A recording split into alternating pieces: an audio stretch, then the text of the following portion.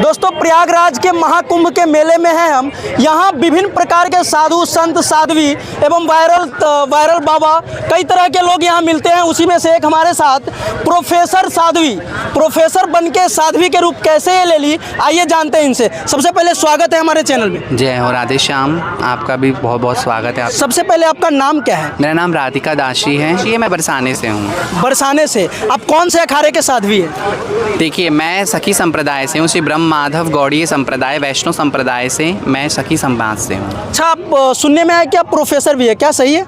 नहीं थी, मैं 9 साल थी, अब नहीं है। अब नहीं हूँ। तो प्रोफेसर का जॉब तो एक प्रोफेशनल जॉब होता है, लोग उसके छोड़ने के बाद अब फिर साध्वी कैसे बन गई, क्यों छोड़ दी? लोग उसको करके हमेशा के लिए रहना चाहते हैं, लेकिन आप प्रोफेसर का जॉब छोड़ के साध्वी क्यों बनी? देखिए, छोड़ा नहीं, मैंने कुछ भी चीज़ छोड़ा नहीं। अच्छा। मैंने अपनाया। छोड़ते, देखिए जो कहते हैं ना कि लोग अरे हम तो भगवान के भक्त बन गए, सब छोड़ दो। छोड़ना है, भक्ति जो भक्ति है, भगवान की भक्ति है जो, वो कुछ चीज़ छोड़ने को नहीं कहती है। कोई भी जैसे कोई चीज़ छोड़ो नहीं, अपनाओ।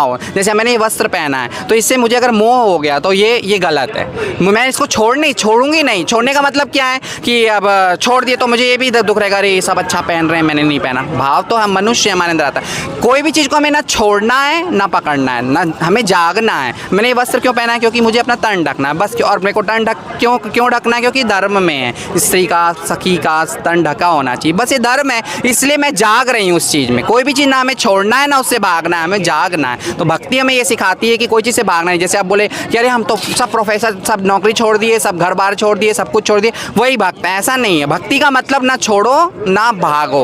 इतने अच्छे गेटअप में हैं आप, लेकिन आजकल की लड़कियां होती है छोटे छोटे कपड़ों में लीन रहती है, छोटे छोटे कपड़े पहन के मार्केट में चलती है, उनको क्या संदेश देना चाहिएगा? देखिए, मैं तो यही संदेश देना चाहूँगी कि वो धर्म पे चले। धर्म से अगर हम धर्म से विमुख हैं तो हमारा पतन नाश निश्चित है। हमें धर्म के विरुद्ध कभी नहीं होना चाहिए। धर्म ही हमारी रक्षा, बोलते हैं ना, धर्म ही रक्षा करता है। जब हम धर्म से ही विमुख हो जाएंगे तो फिर हमारी रक्षा कौन करेगा? हमारा तो नाश पतन निश्चित है। तो इसलिए मैं उनसे बस यही कहूँगी कि अगर उनका ऐसा, देखिए कई लोगों ने ये भी दिया, अपना मंतव्य दिया कि अरे सामने वाले की नज़र खराब है तो हम क्या करें। सामने वाले से अधर्म कराने वाले भी तो लेकिन हम है ना, क्योंकि हम स्वयं धर्म में नहीं चल रहे। तो हमें धर्म पे जब चलेंगे तो सामने वाला अधर्मी कैसे हो सकता है? हमें पहले धर्म पे चलना है, फिर हमें सामने वाले को दोष, स्वयं को पहले हमें देखना, बाद में हमको सामने वाले पर किसी प्रकार का दोष आरोप पर। तो धर्म हमारा यही सिखाता है कि स्त्री का जो स्वरूप है वो यही है और इसी स्वरूप में स्त्री को रहना चाहिए सदा अपने अंदर। सर साध्वी जी, आपके गले में माले हैं, ये राधा कृष्ण जी का कुछ चित्र वगैरह पहनी है,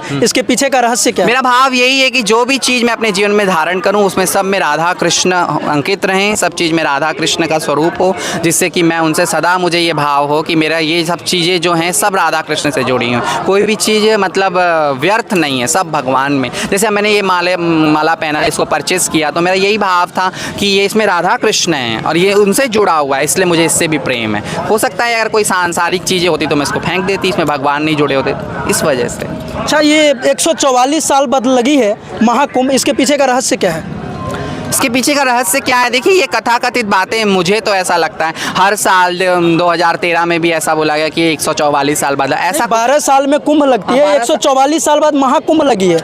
देखिए, महाकुंभ और कुंभ में कोई डिफरेंस नहीं है, तो हम लोगों ने अपने मंतव्य से बना लिया। कोई भी चीज़, जो चीज़ दिव्य होती है, हम बोलते हैं ये तो बहुत सुंदर है, बहुत सुंदर का अर्थात हम उसी से बहुत खुश हो गए। तो महाकुंभ भी रियल में महाकुंभ है, क्योंकि ऐसा जो आज से 6 साल पहले भी अर्धकुंभ लगा था यहाँ पे, इसी इलाहाबाद के प्रयागराज में लगा था, वो भी मुझे लगता है, वो भले ही अर्धकुंभ था लेकिन वो भी मेरे को महाकुंभ जैसा ही जिसमें सब चीज़ सब सम्मिलित हो, खुशी से सम्मिलित हो, धर्म हो रहा हो, सबके दर्शन हो रहे हो, सब उपस्थित हो, वो महाकुंभ ही है। ये तो भाव है हमारे। अगर हम यहाँ पे भी आके जो परेशान है वो कह रहेगा ये काय का महाकुंभ, कोई महाकुंभ नहीं है उसको, तो ये भी महाकुंभ में भी कोई उसने को दोष लगा। तो भाव धर्म, जब हम धर्म पे रहेंगे तो हमें सब चीज़ धार्मिक लगेगी और हमें वो सब चीज़ें महा ही लगेगी, सुंदर लगेगी, कहने का मतलब तात्पर्य। तो ये महाकुंभ भी है, इसका 144 से लेना या 12 साल से कोई लेना देना नहीं है। महाकुंभ तो महाकुंभ है, बस हमें ये भाव नहीं रखना अरे 12 साल, ये इसकी एक अवधि है कि 144 है या 12, ये इसकी एक अवधि दी है जो सनातन धर्म में परंपरा से बनाई गई है। लेकिन हम जब उसको भाव से उस चीज़ को समझ रहे हैं, धर्म से समझ रहे हैं, तो वो महाकुंभ है। अच्छा, ये प्रयागराज के संगम में नहाने से मोक्ष की प्राप्ति होती है, क्या सही है? बिल्कुल सही है। इसमें सही है या नहीं का कोई संदेह नहीं रखना, ये प्रश्न गलत है। ये सही सही है, सही क्यों नहीं है ये? जब कितने लोग नहीं मानते हैं, कितने लोग इस पे सवाल अरे खड़ा कर मानने तो देते मूर्ख हैं, हैं। गंदे पानी है, इसमें नहाने से क्या होगा। अरे यहाँ लोग, कई लोग नहाते हैं, वहाँ के शरीर का अंश उसमें जाता मेरी है, बात सभी गंदगी जाता है, उसको क्या कहिए। देखिए, अंधा कोई आदमी अंधा है और कह रहा है सामने कुछ है ही नहीं, आंख ही बंद कर लिया, सामने कुछ, तो वो उसकी गलती है ना, उसने आंख बंद कर रखी है,